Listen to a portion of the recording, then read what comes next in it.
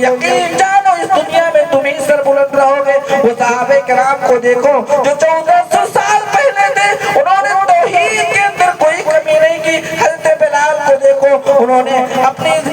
ساری مصیبتوں کو برداشت کیا، لیکن ان کی زبان سے اللہ احد کا نعرہ نکلا۔ وہ یہ نہیں کہ فلا مشکل کشا ہے، فلا غوث اعظم ہے، فلا دستگیر ہے، یہ مجھے بچا سکتا ہے دنیا میں۔ نہیں، وہ یہ سمجھتے تھے کہ اگر کوئی ذات میری مدد کر سکتی ہے، مجھے مصیبتوں سے نجات دلا سکتی ہے، تو وہ اللہ کی ذات ہے۔ اور یہی قرآن مطالبہ کرتا ہے تم سے۔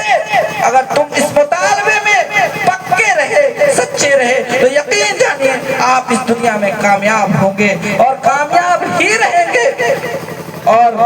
اپنے ایمان کو اس دنیا سے بچا کر اگر رخصت ہوں گے تو آپ وہاں بھی کامیاب رہیں گے، اور وہاں بھی آپ کی کامیابی آپ کی قدم چومے گی۔ اور انشاءاللہ ہم اس چیز کو سمجھیں گے اور مومن بننے کی کوشش کریں گے۔ بس چند باتیں بتا کر، آپ اپنا تبریک مت بتائیے، چند باتیں بتا کر بات کو ختم کرتا ہوں۔ ایک بات اور غور کیجیے اس بات پر کہ آج کے دور کا جو مسلمان ہے نا، وہ صرف مسلمان ہے۔ مسلمان اور مومن میں بھی فرق ہوتا ہے۔ مسلمان اور مومن میں فرق ہے۔ مسلمان تو ہیں ہم لوگ، جیسا کہ اللہ نے فرمایا، اس لیے کہ میں بتا دے رہا ہوں، ان المسلمین والمسلمات، اللہ نے اس کا تذکرہ کیا ہے قرآن میں، مسلمان مرد اور مسلمان عورت، والمؤمنین والمؤمنات، مومنہ مرد اور مومن عورت، مومنہ مرد، مومن مرد اور مومنہ عورتیں، مسلمان مرد اور مسلمان عورتیں، مومن مرد اور مومن مرد اور مومنہ عورتیں۔ اس آیت سے یہ پتہ چلتا ہے کہ آدمی مسلمانوں کے زمرے میں بھی آ سکتا ہے، لیکن حقیقی مومن کس کو کہا اللہ نے؟ آپ اس آیت کو بھی سنیے، اللہ نے فرمایا انما المؤمنون الذین اذا ذکر اللہ وجلت قلوبهم۔ یہ حقیقی مومن کی پہلی صفت ہے۔ میری مائیں بہنیں بھی سنیں، یہ آیت جو عام ہے، عورتوں کے لیے بھی ہے، مردوں کے لیے بھی ہے۔ اللہ نے فرمایا انما المؤمنون الذین اذا ذکر اللہ وجلت قلوبهم واذا تلیت علیہم زادتهم ایمانا۔